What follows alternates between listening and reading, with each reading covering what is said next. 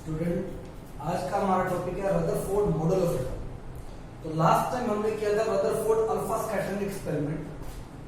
तो एक्सपेरिमेंट क्या था, उसमें गोल्ड एटम लिया था, यहां से गोल्ड एटम के ऊपर ये गोल्ड एटम लिया, कुछ अल्फा पार्टिकल्स की बॉम्बार्डमेंट की थी। अल्फा पार्टिकल्स होता है हीलियम 24, जिसको हम अल्फा बोल देते हैं। तो उसमें पहली ऑब्जर्वेशन आई थी, most of the alpha particle pass through the gold atom without any deflection. ये बिल्कुल सीधे निकल जाते हैं अल्फा पार्टिकल। तो इसका हमने कंक्लूजन किया था, most of the atom is empty space. तो बहुत सारा एम्प्टी स्पेस है जिसकी वजह से ये सीधे जा रहे हैं। सेकंड आपने किया था, few alpha particles deflected by some angle. Few alpha particles pass through the gold atom deflected by some angle. तो इस ऑब्जर्वेशन का कंक्लूजन किया था, अल्फा पार्टिकल पे पॉजिटिव चार्ज है। इट मींस सेंटर पे भी एक पॉजिटिव चार्ज होगा जो इस पॉजिटिव चार्ज को रिपेल कर रहा है, जिसकी वजह से ये बाहर की तरफ जा रहा है कुछ एंगल से। थर्ड ऑब्जर्वेशन की थी, very few alpha particle deflected through angle of 180 degree। बहुत कम ऐसे थे जो 180 से डिफ्लेक्ट बैक कर रहे थे। तो इसका आपने कंक्लूजन दिया था, जो सेंटर में पॉजिटिव चार्ज है उसका स्मॉल वॉल्यूम है और वो काफी हैवी पॉजिटिव चार्ज है, जिसके कारण ये इस अल्फा पार्टिकल को डिफ्लेक्ट बैक कर रहे हैं। उस हैवी पॉजिटिव चार्ज को यहां नाम दिया था न्यूक्लियस। तो इस तरह से न्यूक्लियस की डिस्कवरी हुई। तो अब इस रदरफोर्ड मॉडल ऑफ एटम में जो जो बातें आपको पता चली हैं, तो उसको बोलते हैं postulates of Rutherford model of atom. तो क्या पता चला, पहली बात, पहला पोस्टुलेट बनेगा, एटम इज, जो आपका एटम होता है उसमें पॉजिटिव चार्ज न्यूक्लियस होता है सेंटर में, जिसमें दो पार्टिकल होते हैं, प्रोटॉन एंड न्यूट्रॉन। तो atom is made up of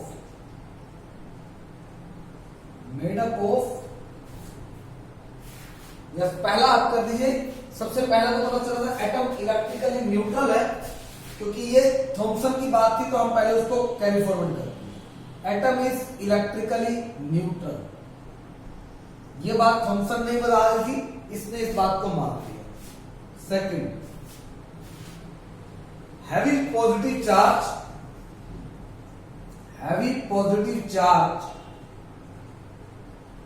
placed at centre of atom, it is called nucleus which contain proton and neutron। तो इसने ये मान लिया सेंटर में जो पॉजिटिव चार्ज है जिसको न्यूक्लियस बोला था, उसमें दो पार्टिकल होंगे, प्रोटॉन और न्यूट्रॉन। तो ये बात पता चल गई, एटम इलेक्ट्रिकली न्यूट्रल होता है due to equal number of positive and negative charge. तो ये बात इसमें पता चल गई थी। इसके अलावा most of the space of atom is empty, क्योंकि बिल्कुल सीधे जाते थे, इसका मतलब बहुत सारा स्पेस क्या रहता है उसमें, एम्प्टी रहता है। सेंटर में न्यूक्लियस होता है और एटम क्या होता है, इलेक्ट्रिकली न्यूट्रल होता है। तो रदरफोर्ड से ये बातें आपको पता चल गई। उसके बाद हम ये कह सकते हैं, ये था रदरफोर्ड मॉडल ऑफ एटम के पोस्टुलेट। थॉमसन ने ये बात बताई थी रदरफोर्ड से, अब ये बातें दो और निकल के रह गई। तो ये एटम के बारे में आपको ये तीन बातें पता चल गई। अब इसकी ड्रॉबैक रही। ड्रॉबैक क्या थी? जो ड्रॉबैक है वो ये है कि रदरफोर्ड ने बात बताई, drawback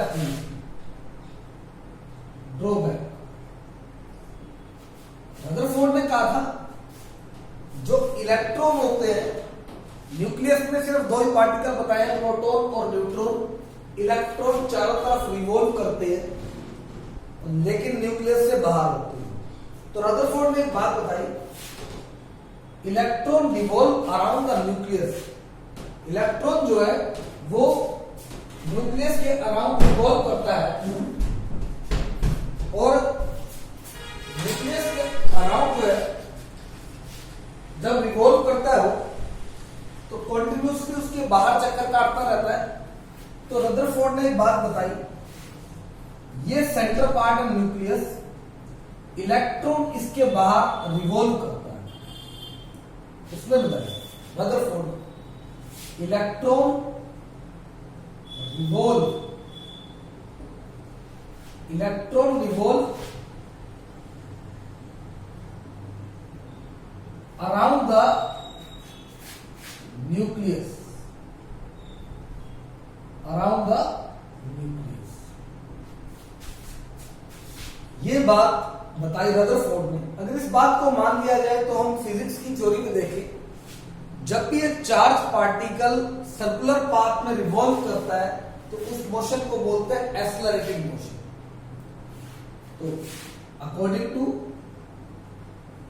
physics theory, according to physics electromagnetic theory है, इलेक्ट्रोमैग्नेटिक थ्योरी अगर उसकी बात करें, it is a accelerating motion. तो ये एक्सेलरेटिंग मोशन है, क्योंकि जब भी चार्ज पार्टिकल रिवॉल्व करेगा सर्कुलर पाथ में तो कंटिन्यूसली उसकी वेलोसिटी चेंज होगी, वेलोसिटी चेंज होगी, तो इसको बोलते हैं एक्सेलरेटिंग मोशन। और during accelerating motion, during accelerating motion, अगर एक्सेलरेटिंग मोशन की बात की जाए, during accelerating motion it continuously lose the energy. तो अपनी एनर्जी कंटिन्यूसली लूज करता है। अगर ये अपनी एनर्जी कंटिन्यूसली लूज करेगा, किसी बात अगर ये घूमता रहेगा तो एक टाइम ऐसा भी आएगा जब घूमते घूमते थक जाएगा, रुक जाएगा। इट मींस एक्सेलरेटिंग मोशन में कंटिन्यूसली एनर्जी लूज होती है या एनर्जी रेडिएट होती है। ये फिजिक्स की थ्योरी है। तो इस थ्योरी को अप्लाई करें तो इलेक्ट्रॉन भी कंटिन्यूसली अपनी एनर्जी लूज करता जाएगा, करता जाएगा, करता जाएगा, और एक ऐसी सिचुएशन आएगी जब ये इलेक्ट्रॉन इस न्यूक्लियस के अंदर आ जाएगा। जब इलेक्ट्रॉन न्यूक्लियस में आ जाएगा तो it continuously lose the energy and a stage will come when, and a stage will come when electron should fall into nucleus। एक स्टेज आएगी, इलेक्ट्रॉन जो है जब न्यूक्लियस में गिर जाएगा, इस थ्योरी के ऊपर। लेकिन हमने कभी नहीं पढ़ा इलेक्ट्रॉन जो है वो न्यूक्लियस के अंदर होता है, जबकि जो बात रदरफोर्ड ने बताई, इलेक्ट्रॉन रिवॉल्व करता अगर न्यूक्लियस के अराउंड, तो उसके हिसाब से अगर फिजिक्स की थ्योरी को इंप्लीमेंट किया जाए तो इलेक्ट्रॉन लास्ट में न्यूक्लियस के अंदर होना चाहिए। लेकिन ऐसा होता नहीं है, इट डज नॉट पॉसिबल, ये ऐसा होता नहीं है। तो ये जो थ्योरी थी जो उसने बताई, ये जो बात बताई उसमें, तो रदरफोर्ड की ये बात उसकी बन गई ड्रॉबैक। तो इस ड्रॉबैक को फिर दूर किया नील बोर, एक साइंटिस्ट था, तो नील बोर ने इसको दूर किया, तो उसको नाम दिया गया फिर बोहर मॉडल ऑफ एटम। तो नेक्स्ट लेक्चर में हम पढ़ेंगे बोहर ने क्या बात बताई, नेक्स्ट लेक्चर में।